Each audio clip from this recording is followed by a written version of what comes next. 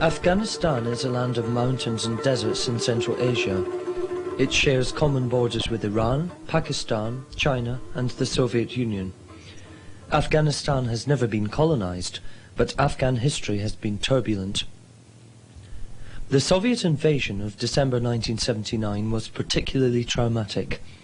In 10 years of fighting, some 13,000 Soviet soldiers and an estimated 1 million Afghans have been killed. More than 5 million Afghans, 1 in 3 of the pre-war population, have fled their country to find sanctuary in sprawling refugee camps in Pakistan and Iran. The refugees live in appalling conditions and are heavily dependent upon international aid for food, shelter and basic health care. But the people that remain inside Afghanistan continue to suffer. Their villages have been bombed, their crops and irrigation systems have been destroyed, and there are acute shortages of food. They receive little outside assistance. Afghan Aid was established to send humanitarian aid to these forgotten communities. Since 1983, Afghan Aid has sent cash for food and clothing and pioneered village assistance projects that provide oxen, seeds and fertilizer to boost farm production. Afghan Aid has also established a tailoring project that employs disabled refugees and an ambulance network that ferries the sick and wounded from the border to hospitals in Pakistan. Gladstone said of Afghanistan that it was a far-off land about which we know little. His words are as true today as they were 100 years ago.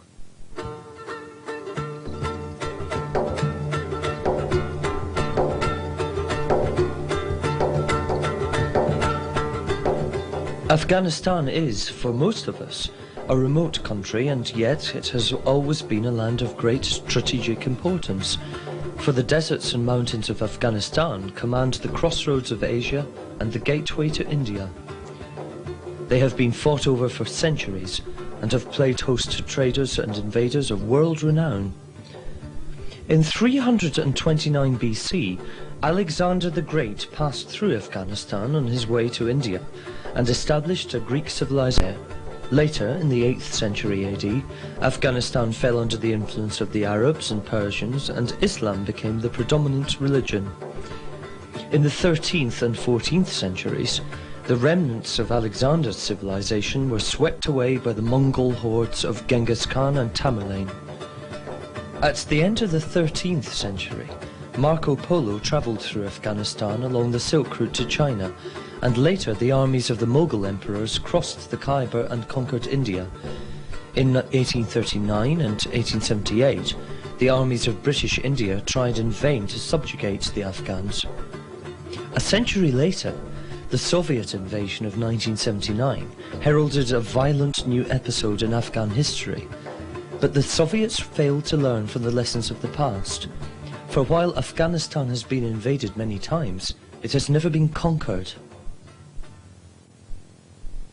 Afghans live in isolated rural communities, and like mountain people the world over, they jealously guard their independence.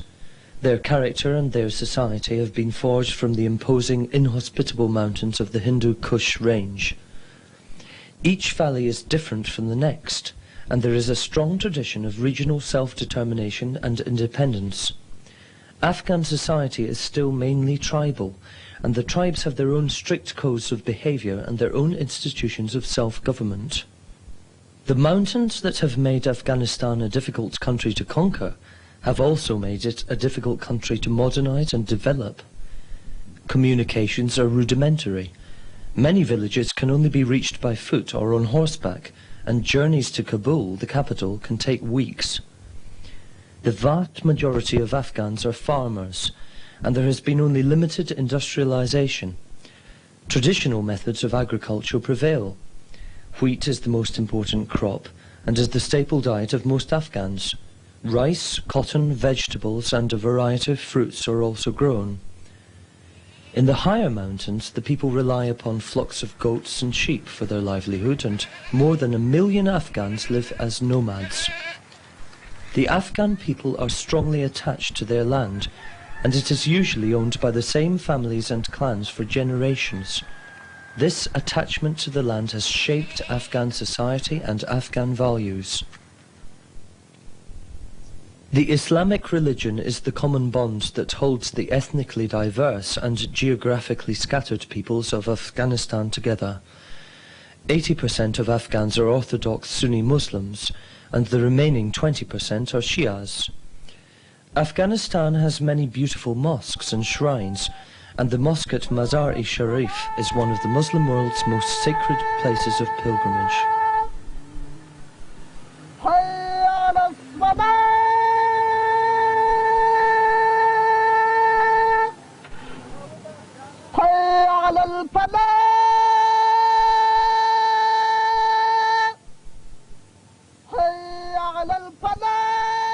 In 1979, following the revolution in Iran, the Russians feared that a tide of Islamic fundamentalism would spread through Afghanistan and on into the predominantly Muslim republics of Soviet Central Asia. This fear coincided with the deteriorating position of the communist government in Kabul. The communists had taken power a year earlier in a military coup, but their ill-advised land and educational reforms had prompted a spontaneous uprising in the countryside amongst people who were determined to defend their faith, their culture and their way of life. By the summer of 1979, the Muslim rebel movement was beginning to threaten the survival of the Kabul regime. Soviet President Brezhnev, fearing the loss of a friendly neighbor, decided to act. This is Radio Moscow World Service. And now here is the news, read by Vladimir Danchev. First the headlines. Leaders of Pushtu and other tribes in Afghanistan have voiced disagreement with the government's policies. There are reports from Afghanistan tonight that the country's president has been overthrown. The coup came after thousands of Soviet troops were said to have moved in over the last 2 days to help crush a rebellion against the regime of President Hafizullah Amin.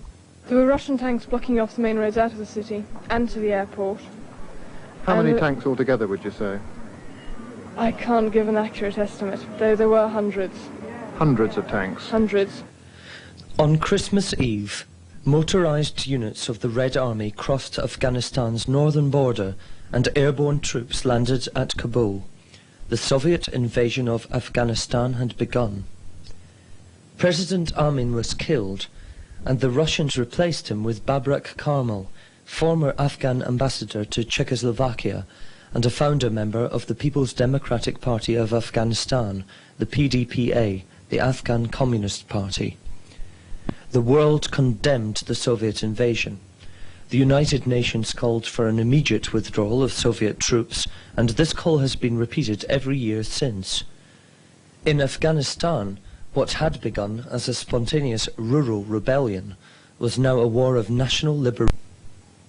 The invasion had caught the world off guard, and the Afghan people were poorly equipped to resist it. Helsinki Watch, the international human rights group, described the conflict that followed as a bitter and unequal contest. The war pitted a well-armed modern army against a ragamuffin coalition of farmers, workers, merchants and mullahs. The fighters who made up the Afghan resistance called themselves the Mujahideen, meaning soldiers of God, and their dead were Shahid, martyrs. The Mujahideen gained from bitter experience, and over the years they became a more effective military force. A new generation of young, educated Afghan leaders emerged. Massoud from the Panjshir Valley in northern Afghanistan is one of the most famous. He used hit-and-run guerrilla tactics to harry the Soviets.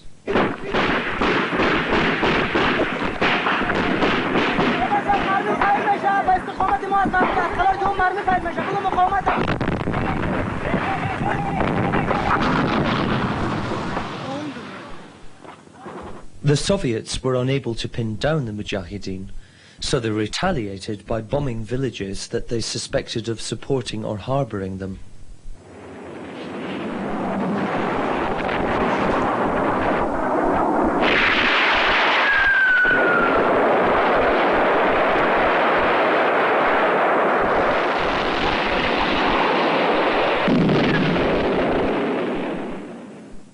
The resulting cycle of violence caused misery, destruction and death on a massive scale.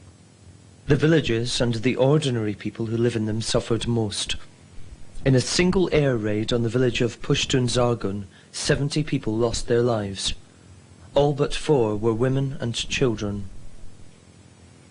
Tragedies like this have occurred across Afghanistan, but in the case of Pushtun Zargun, a Western journalist was there to record it. This woman and her 2 sons were buried alive. When their bodies were finally dug out, they were found to be preserved like the corpses of Pompeii. Much of Afghanistan is now deserted. A quarter of the country's villages have been destroyed, and more than 5 million people have fled across the mountains to become refugees in Pakistan and Iran.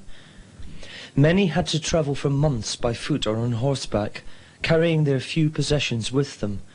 On arrival in Pakistan and Iran, they are housed in huge refugee camps that stretch for miles through the heat and dust.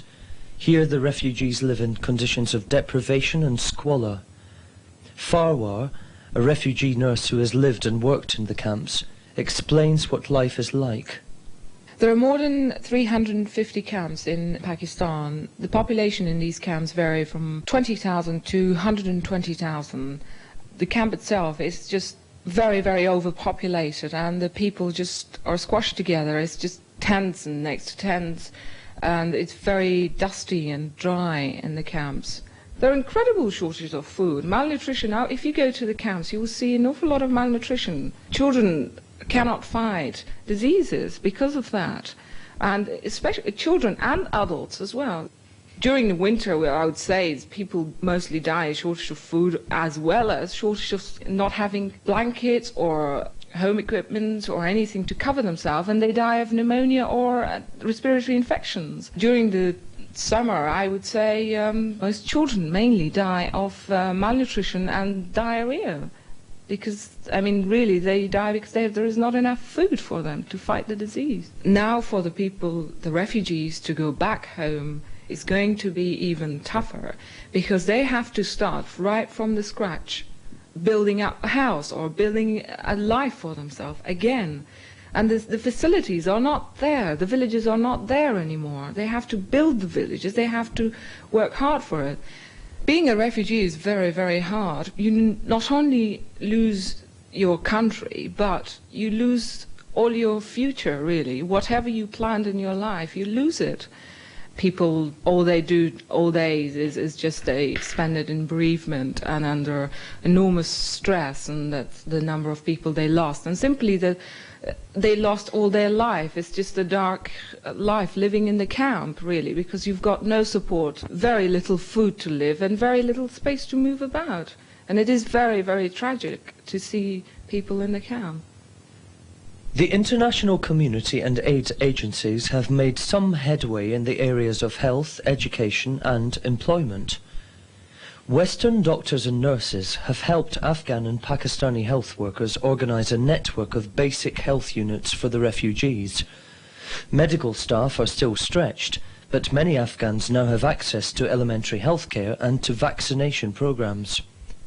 Schools have been established in the camps, but because teachers, books and funds are scarce, many of the 2 million children of school age do not receive an education. Work schemes, designed to help refugees earn a modest living, have also been successfully developed. Work is important because it restores a sense of personal worth and provides an escape from the boredom and frustration of life in the camps. The Soviet withdrawal from Afghanistan has raised hopes that there might now be a more lasting solution to the refugee problem. But this will not be achieved overnight.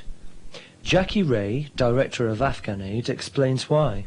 Afghan Aid was started as a charity in 1983, specifically to try and get some sort of assistance inside Afghanistan, because it was discovered that although a certain amount of assistance was being given to all the refugees fleeing the country, those people who had remained inside and who were suffering from the effects of the war were receiving no assistance at all from outside. A third of the country's villages have been abandoned, a quarter of them have been destroyed, and agricultural production has dropped by over 50%.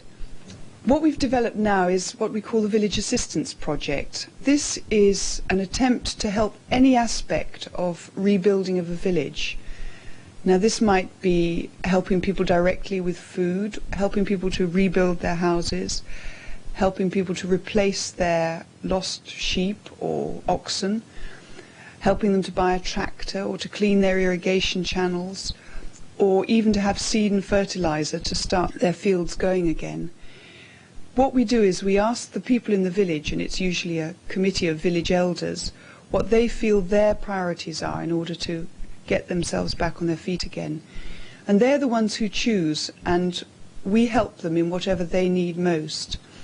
And we found that this has been very successful in giving them some control over their future. We don't want people to become dependent on aid.